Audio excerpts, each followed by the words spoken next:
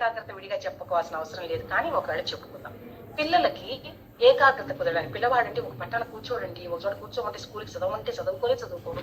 అసలు క్లాసులు అంటే వాడు చేయడండి అని క్లాస్ లో కూడా ఎటో చూస్తుంటాటండి. అంటే మీరు తప్పకుండా 5 ఏళ్ల పిల్లల వరకు అక్కర్లేదమ్మా, ముద్దలు అక్కర్లేదు. వాడికి అంత చదువుకోవాల్సిన కాన్సన్ట్రేషన్ అసలు అవసరం లేదు. వాడు ఆడుతూ పాడుతూ చదువుకుంటే చాలు.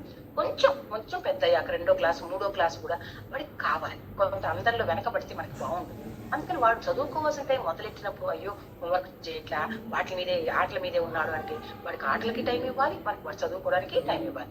అప్పుడు వాడిని కొంచెంసేపు ఇట్లా పెట్టుకున్నానా కొంచెం వాళ్ళకి 2 నిమిషాలు చాలండి చిన్నపిల్లలకి. కానీ పెద్దవాళ్ళు ఇప్పుడు ఏ 7th 6th వస్తే ఒక 10 నిమిషాలు కూర్చోమనండి. వాళ్ళకి చదువుకున్నది వెంటనే వంటపడుతుంది, ఆ కాన్సన్ట్రేషన్ తో చదువుతారనమాట. ఇప్పుడు అటు ఇటు తిరుగుతూ మైండ్ని కనుక వ్యవహారంలో పెడితేనే ఎక్కువ. అదే ఒక దాని మీద పెట్టి దృష్టి పెట్టి చేస్తే మనకి ఎక్కుతుంది. కాబట్టి ఈ కాన్సన్ట్రేషన్ ఇచ్చేదే ఈ ముద్ర అనమాట. అది దాన్ని ఏమంటారు, ఏకాగ్రత ముద్ర. అలాగే ఇంకోటి ఏం చేసుకుంటామంటే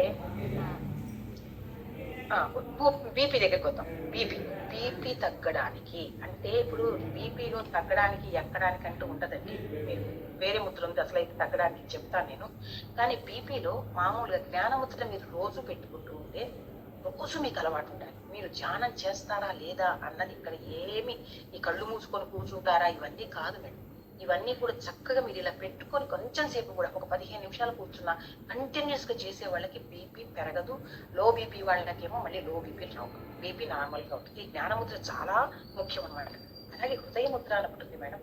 ఇది హృదయ ముద్ర అంటే ఈ యొక్క మొదటి వేలుని ఇండెక్స్ ఫింగర్ ని ఇక్కడ ఈ టిప్ దగ్గర దీని దగ్గర బేస్ దగ్గర పెట్టి ఈ వేలుని ఇలా మడిచేసి మిగతా 2 వేళ్ళని దీని ఈ బొట్ట వేలు కానించి ఒక్క వేలు మాత్రం ఇట్లా ఉంటుంది.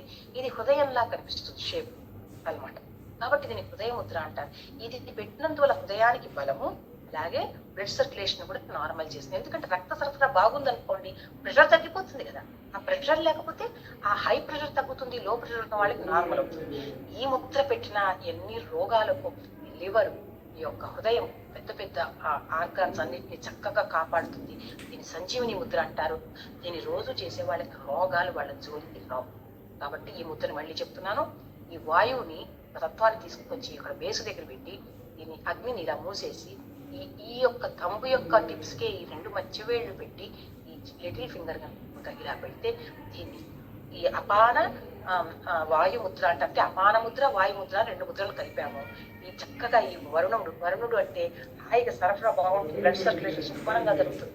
దానివల్ల బ్లడ్ ప్రెషర్స్ హై ఉన్న వాళ్ళకి మంచిగా తగ్గుతాయి, లో ఉన్న వాళ్ళకి కొంచెం పెరుగుతాయి. కాబట్టి this is the very good Mudra for BP అనమాట. కాబట్టి ఇందులో హృదయ ముద్ర, రక్త ప్రసరణ ఇదే కావాలి. కాబట్టి వీటన్నిటికి కూడా జ్ఞానముద్ర పెట్టుకుంటారా లేకపోతే హృదయ ముద్ర పెడతారా, ఇవి రోజు చెయ్యాలి. రోజు చేస్తేనే ఇప్పుడు మీరు అనుకుంటున్నారు ఒకసారి ప్రాబ్లం పోయింది మేమంటే నాకు బీపీ తగ్గిందంటే ఇంకా రాదు అనే మాటకి లేదు. మనం ఉప్పు తింటాం, మన కోపాలు ఆవేశాలు వస్తున్నాయి, ఏదో ఒక రోజు మళ్ళీ పొంచి ఉంటుంది. అందుకని అవి రాకుండా ఉండాలంటే ట్యాబ్లెట్లైనా రోజు వేసుకుంటున్నాం కదా, మరి ట్యాబ్లెట్లు వేసుకుంటున్నప్పుడు ఇక్కడ ఈ పెట్టుకోవడానికి ఏమి, ఇది కూడా జీవితకాలం చేయాల్సి వస్తుంది. ఒకసారి పోయింది అంటే ఇంకా మనం చెయ్యకూడదు అని కాదు. పెద్ద ప్రాబ్లమ్స్ కి యూ హ్యావ్ టు కంటిన్యూ. మీరు అది తగ్గించుకున్న తర్వాత మీరు కంటిన్యూ చేసుకోవాల్సిందే. ఇది ముఖ్యమైన తెలుసుకోవాల్సిన విషయం. అదే